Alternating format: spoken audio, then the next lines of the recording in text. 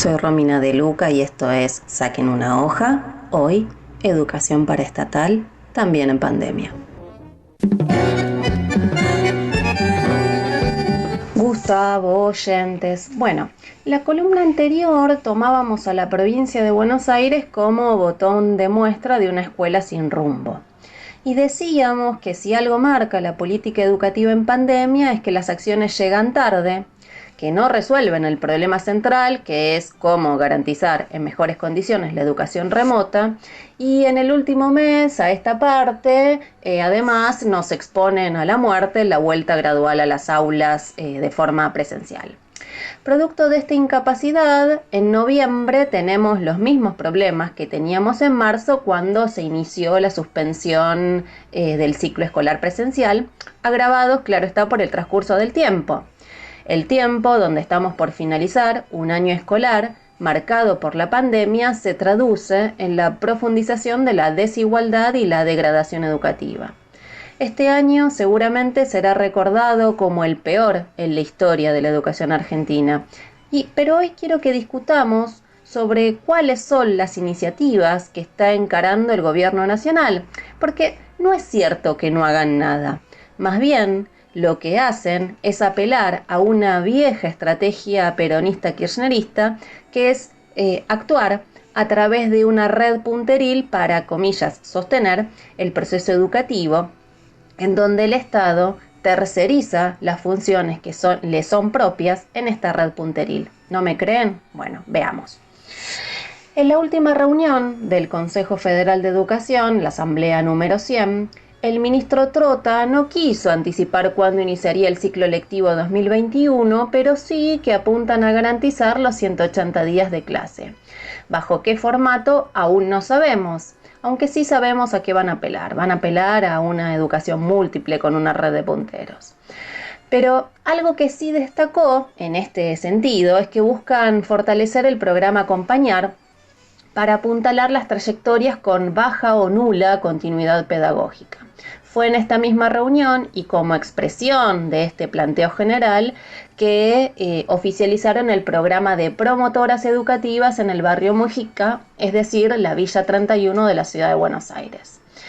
Esto es un claro ejemplo del entramado que queremos describir en esta columna. Se toma la iniciativa de un Instituto Superior de Formación Docente, en realidad un mecanismo de formación popular que fue reconocido como gestión privada, espacio que articula con distintos espacios educativos, inclusive con la Universidad de Buenos Aires, que sus acciones son impulsadas por una organización política social, El Hormiguero, Instituto Popular que lleva el nombre de una docente que militó en el peronismo de base, Dora Costa. El Estado Nacional firmó un convenio para oficializar la iniciativa que tenían en el instituto, donde cada estudiante de profesorado del nivel primario realiza el seguimiento educativo de las chicas y chicos del barrio, vinculándolos con sus docentes. A esos estudiantes del instituto Nación los va a becar para realizar esta tarea. Bien. Por si no quedan claras las redes político-clientelares que traza el peronismo, les voy a citar las declaraciones del senador por la Ciudad de Buenos Aires, Mariano Recalde, quien a propósito del lanzamiento del programa dijo: cuando uno ve a la comunidad educativa y al pueblo organizado, cuando uno ve organizaciones de vecinos y vecinas que se juntan para resolver un problema, cuando vemos que hay militancia, uno enfrenta las cosas de otra manera. ¿Quieren más?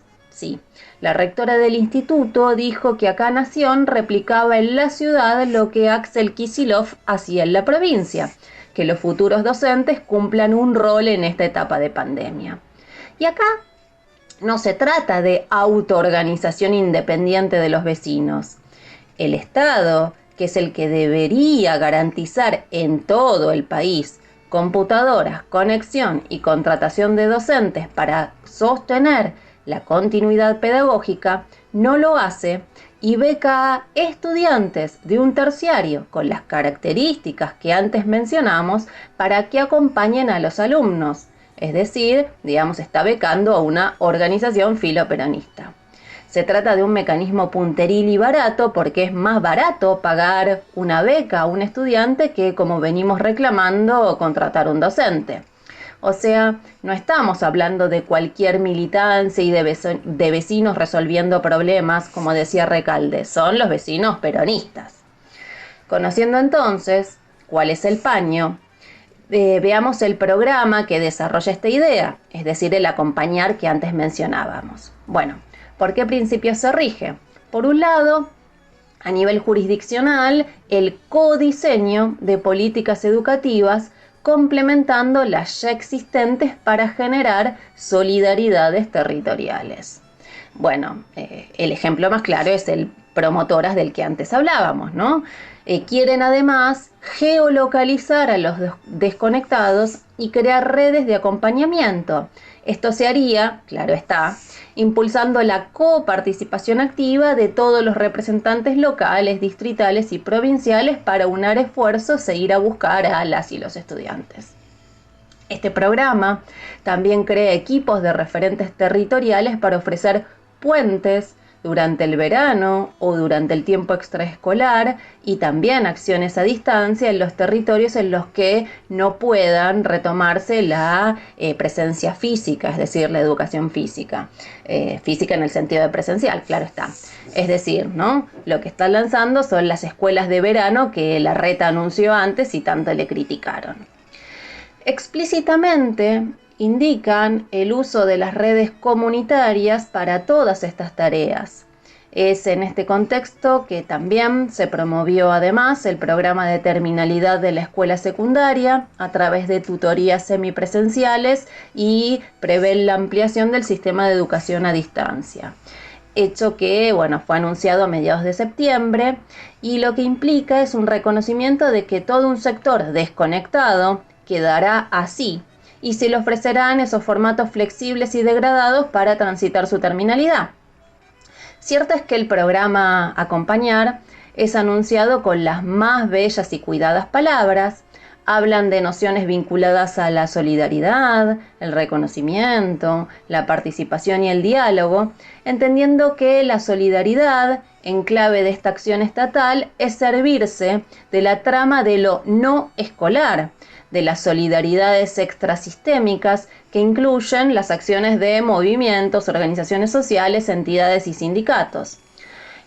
Obviamente, como veíamos antes, no se trata de cualquier acción extrasistémica, son, una vez más, los lazos del entramado punteril peronista.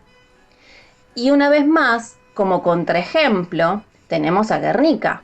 Ahí el Estado no impulsó con recursos la solidaridad de organizaciones, más bien buscó combatirlas y erradicarlas. Hablan de acciones solidarias, de esos que van a buscar a los que no están en la escuela, y donde solidaria obviamente quiere decir sin costo, es decir, sin pagar un salario de un docente para perfeccionar esa tarea o de contratar personal para cubrir todos los equipos de orientación escolar en todas las escuelas, que es el personal idóneo para en tal caso ir a buscar a esos desconectados, ¿no? En cambio, se sostienen acciones sociocomunitarias y se fortalecen las experiencias educativas comunitarias. Inclusive, se habla de la creación de mesas que dejen como trabajo permanente estas acciones. No extraña que en este cuadro el gobierno tenga entre sus prioridades el hacer un relevamiento nacional de las experiencias educativas comunitarias, cooperativas y de gestión social. Dicen que quiere reconocer y caracterizar el universo de experiencias pedagógicas que se despliegan en todo el territorio nacional y que son parte de la formación de niñas, niños, adolescentes, jóvenes y adultos para fortalecerlas, ¿no? Pero mejor dicho, deberíamos decir, para tercerizar sus acciones en ese entramado. Realmente, cuando uno empieza a seguir esta pista, encuentra que esta impronta aparece en múltiples iniciativas. Otro ejemplo sería el programa Redes, que buscan, a través de las universidades, promover la continuidad pedagógica. Y como vimos, en realidad, el programa en la 31 forma parte de esta impronta. Y acá hay que decir que obviamente no estamos ante una novedad. Más bien, se apela a consolidar un largo sendero construido durante los tiempos normales. El promotor reemplaza al docente, los espacios comunitarios a las escuelas. La diversidad de trayectorias a reconocer y acompañar borran aquellas metas de un currículum único, homogéneo, y los espacios comunitarios solidarios, la necesidad de construcción y reparación de las escuelas. Esta es una argamasa ideológica que en materia de educación de jóvenes y adultos se cuece hace décadas. En alguna columna tenemos que ocuparnos de la educación de adultos como ese laboratorio en el que se ensayaron, en clave freiriana, las reformas degradantes y precarizadoras que hoy tenemos instalados en el sistema educativo y reciben otros nombres como la Escuela del Futuro, la Escuela 2030.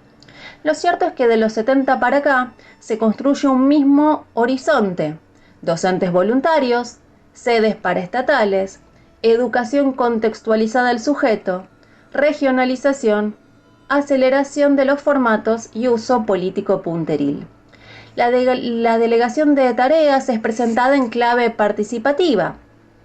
Así, no nos extraña entonces los magros salarios docentes, que las escuelas se caigan a pedazos, el pagar becas a estudiantes en lugar de contratar docentes que hoy están desocupados. En los 70 era el discurso por izquierda del peronismo verdugo. En los 90 la resistencia al neoliberalismo y a la desaparición del Estado. En los 2000 y contando, la educación popular de un Estado que se decía presente y apelaba, y apela, a lo más rancio de ese supuesto Estado neoliberal, es decir, la conversión de la educación en un proyecto de ONGs y punteros. Un análisis socialista de los problemas de la educación requiere examinar cuando nos están vendiendo gato por liebre. Lo cierto es que las acciones de acompañamiento durante la pandemia no son tan distintas de aquellas encaradas en tiempos normales de un capitalismo en descomposición que vuelve la educación de amplias capas de la población en una mera ficción. Por eso, el personal político de turno apela a su abaratamiento por la vía de la solidaria paraestatalización educativa. No es tan extraño entonces pensar que en el medio de la crisis gigantesca que se avecina, mientras Cristina pide la unidad de la derecha y manda a reprimir a los despojados de todo, ellos están más preocupados por solidificar mecanismos de contención de los futuros rebelados que en garantizar la educación de millones. Para eso apelan a sus punteros. Como venimos insistiendo, y ya a esta altura el oyente repite al unísono, el problema de los desconectados tiene solución: más docentes, herramientas digitales, wifi gratuito y de calidad. En lugar de garantizarlos, hacen como si, mientras solidifican sus propias redes de contención política, claro está. Bueno, Gustavo, hoy dejamos acá. Recordemos que el 30 de noviembre hay que cerrar todo, que en diciembre arranca el PAEPA y nos quedan muchos temas aún por abordar. Amigos, sigan escuchando la radio de Vivido Equivocada, que lo demás es silencio.